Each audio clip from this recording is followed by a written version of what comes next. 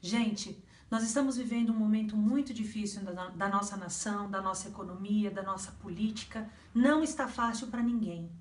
Mas eu tô aqui não é para ficar falando disso, é para falar de novas alternativas e criatividade. É o momento para você olhar para você. Veja, observe quantos talentos você tem, como é dinâmica a sua forma de ser, de falar, de produzir. Eu tenho certeza que você será capaz de encontrar em você novos talentos. Novos talentos que abrirão a porta para outros trabalhos, novas oportunidades. Existe um mundo lá fora em que você pode sim se inserir. Eu desejo que hoje você se apegue com Deus, se apegue nisso que você tem de tão belo e de diferencial em você e possa desbravar um campo novo na sua vida.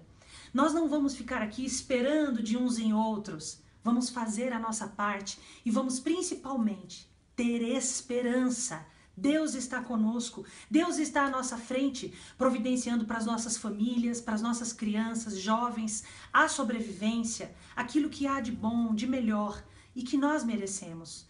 Mas para isso precisamos correr atrás, vamos atrás, queremos conquistar coisas, temos objetivos na vida. Não desanime, não se abata, não permita que a condição das coisas, as oportunidades, mesmo sendo limitadas, tirem o nosso vigor, o nosso brilho. Nós somos brasileiros sim e nós não desistimos nunca e Deus está à frente dos nossos caminhos.